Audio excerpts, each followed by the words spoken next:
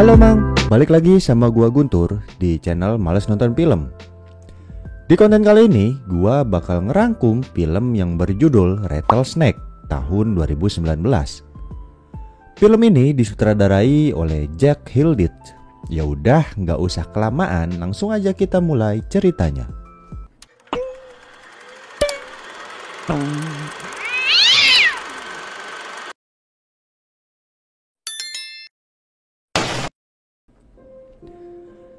Film dimulai dengan memperlihatkan perjalanan seorang janda anak satu bernama Katrina. Dia sedang melewati padang gurun di Texas bersama anaknya yang bernama Clara. Mereka berdua berencana pergi ke rumah ibunya si Katrina, karena setelah menjanda, Katrina memutuskan untuk tinggal bersama ibunya, supaya anaknya si Clara ada teman ngobrol gitu.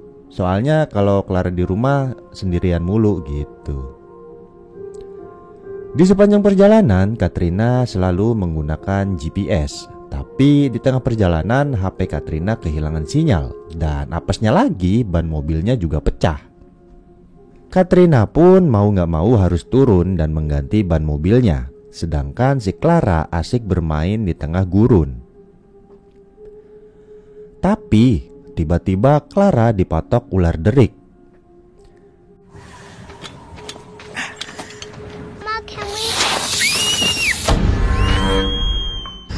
Show me.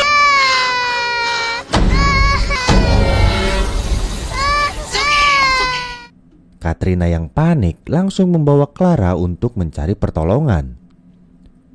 Tiba-tiba ada sebuah trailer di tengah gurun.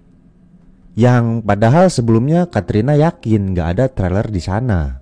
Tanpa pikir panjang, Katrina pun langsung menuju ke trailer itu.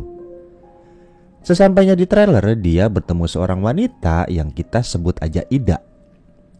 Katrina pun menceritakan kejadian yang dia alami sampai anaknya tergigit ular.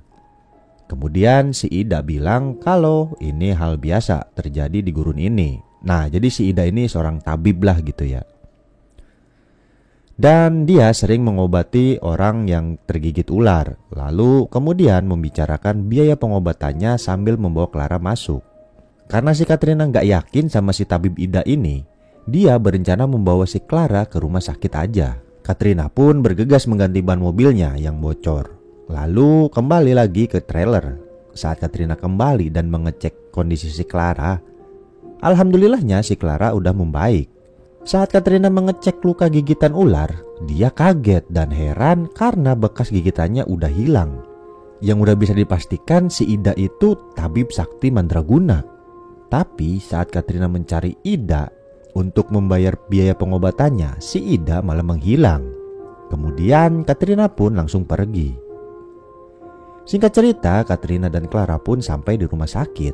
Setelah Clara diperiksa, dokter menyatakan kalau kondisi si Clara udah sembuh dan normal. Katrina pun senang dan bersyukur, alhamdulillah gitu ya. Tapi dia juga bingung, kok bisa si tabib menyembuhkan si Clara secepat itu? Padahal ular derik itu kan ular yang sangat mematikan bisanya gitu kan. Tapi tiba-tiba muncul sesosok hitam di balik pintu. Singkat cerita, datang seorang pria, sebut aja Tono. Tono ini seorang pengacara ya. Tono menemui Katrina. Dia meminta bayaran atas keselamatan jiwanya si Clara.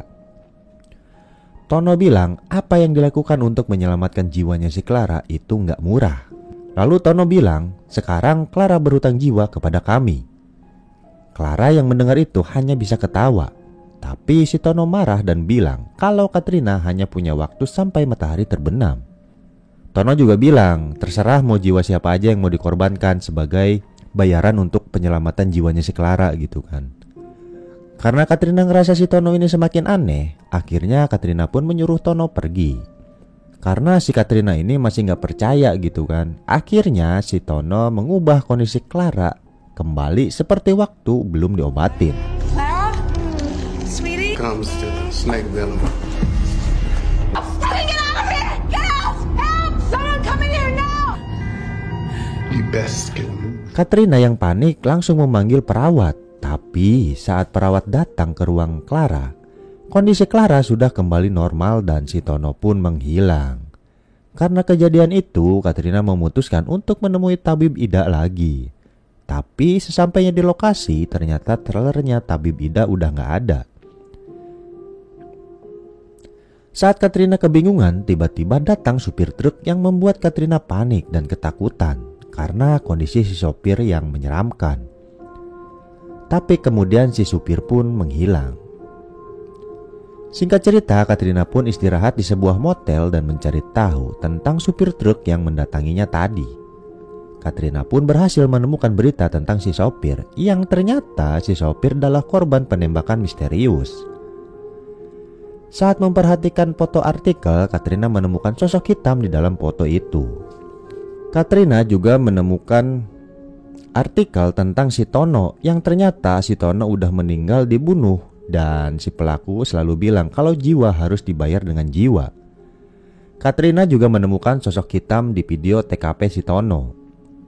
Katrina pun menyimpulkan kalau mereka berdua adalah korban tumbal si tabib Ida. Dan pada akhirnya si Katrina pun percaya dengan omongan si Tono tadi. Katrina juga mulai khawatir dengan kondisi anaknya dan memikirkan bagaimana caranya agar bisa mendapatkan tumbal sebelum matahari terbenam. Kemudian Katrina kembali ke rumah sakit untuk mencari tumbal.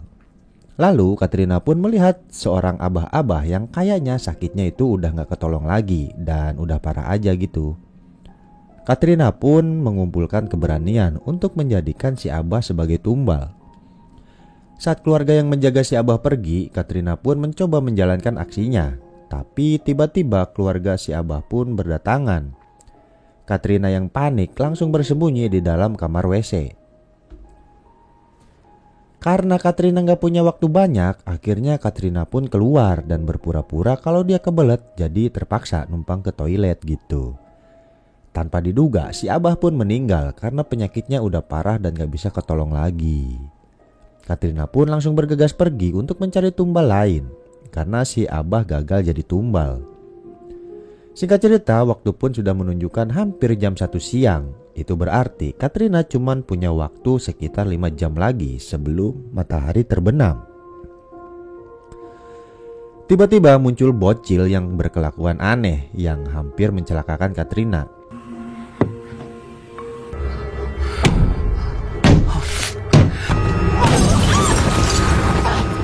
Nah, jadi si bocil ini teh adalah utusan buat ngingetin si Katrina gitu kalau dia harus cepet-cepet buat nyari tumbal gitu, jangan buang-buang waktu. Karena pikiran Katrina ruwet, akhirnya dia pergi ke sebuah bar untuk menenangkan diri. Kemudian datang seorang cewek, sebut saja Ningsih, dengan muka yang bonyok. Gak lama kemudian datang sang suami, sebut saja Mansur, untuk mengajak Ningsih pulang. Melihat hal itu, Katrina pun berpikiran kalau si Mansur ini adalah suami yang sering ngelakuin KDRT ke si Ningsih. Setelah mereka berdua pergi, Katrina pun berencana menjadikan Mansur sebagai tumbal. Katrina membuntuti Mansur dan Ningsih untuk mengetahui di mana mereka tinggal.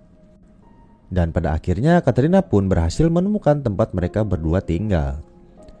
Kemudian Katrina mencari tempat sepi dan menyiapkan pisau untuk beraksi. Tapi tiba-tiba muncul pria misterius dan mengisyaratkan kalau Katrina harus menggunakan pistol. Singkat cerita, Katrina pun pergi ke toko senjata. Tapi karena Katrina tidak punya surat izin memiliki senjata, akhirnya si penjaga toko tidak mau menjual pistol kepada Katrina. Katrina pun terus-terusan memohon agar diberikan izin membeli senjata. Katrina beralasan dia butuh pistol untuk melindungi diri. Karena kasihan, akhirnya si abah memberikan alamat penjual senjata ilegal dan Katrina pun langsung menuju alamat itu. Singkat cerita, Katrina pun sampai di tempat si penjual pistol ilegal. Si penjual pistol pun menanyakan identitas dan semuanya lah dia butuh buat apa gitu. Dan pada akhirnya si penjual pistol pun mau memberi sebuah pistol kepada Katrina. Karena waktu udah menunjukin jam 2:30 sore, Katrina pun langsung menuju rumah si Mansur. Sesampainya di rumah si Mansur, Katrina langsung menerobos masuk melewati pintu belakang rumahnya si Mansur. Tapi saat Katrina udah di dalam dan ngelihat Mansur, nyali si Katrina pun malah jadi ciut. Dan ternyata si Mansur ini emang sering KDRT ke istrinya. Karena Katrina kepergok si Ningsih, akhirnya Katrina menodong si Mansur dan menyuruhnya mengambil mobil dan pergi dari rumah itu buat nyari tempat sepi. Di tengah perjalanan, Katrina mulai sadar kalau dia udah gak punya waktu lagi. Lalu Katrina menyuruh Mansur untuk pergi ke perbukitan di gurun. Sesampainya di sebuah lokasi yang sepi, Mansur menanyakan maksud Katrina ngelakuin semua ini. Mansur juga mencoba membujuk dengan uang dan yang lain-lainnya lah, agar Katrina mengurungkan niatnya. Tapi saat Katrina lengah, si Mansur pun berhasil melawan dan kabur. Saat Katrina mencari si Mansur, dia ketemu seorang pendaki wanita cantik yang ternyata wanita itu adalah jelmaan si Tabib Ida. Kemudian si Katrina pun memohon agar bisa membayar jiwa anaknya dengan cara lain. Tapi si wanita ini bilang kalau nyawa harus dibayar nyawa. Karena Katrina udah putus asa, akhirnya dia memutuskan untuk membayar nyawanya si Clara dengan menggunakan nyawanya sendiri. Katrina pun bilang kalau dia sudah mati jangan pernah mengganggu anaknya lagi. Lalu jelmaan si Tabib pun menyetujuinya. Sebelum si Katrina mengorbankan dirinya, dia membuat video pesan terakhir untuk anaknya Clara. Tapi tiba-tiba si Mansur datang dan melempar kepala si Katrina menggunakan batu.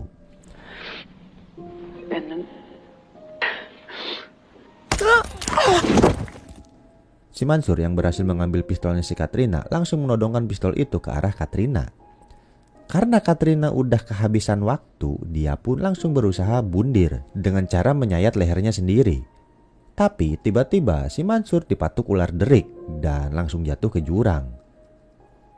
Gak mau nyanyain kesempatan itu, Katrina pun bergegas nyamperin si Mansur. Sebelum si Mansur keburu innalillahi gitu kan. Dan ketika matahari terbenam, Katrina pun berhasil memberikan tumbal ke si Tabib. Setelah semuanya selesai, Katrina pun berjalan kaki untuk kembali ke rumah sakit. Tapi di sepanjang perjalanan muncul para tumbal yang ada di sepanjang gurun. Katrina juga membakar mobilnya si Mansur untuk menghilangkan jejak kejahatannya. Keesokan harinya, Katrina dan Clara yang sudah sembuh pun melanjutkan perjalanan ke rumah ibunya Katrina. Dan film pun rengsek. Oke, segini aja konten gue kali ini. Menurut gua filmnya iya lumayan nyeremin, gak nyeremin juga sih ya. Tegangnya dapet sih, seremnya juga. Kalau serem nggak begitu dapet ya, tegangnya sih anjir. Soalnya berpacu dengan waktu gitu kan. Yaudah, segini aja konten gua kali ini dan tungguin konten-konten gua selanjutnya. Jangan lupa makan biar gak lemes dan jangan lupa napas biar gak mati. Gua Guntur, see you on the next video, bye.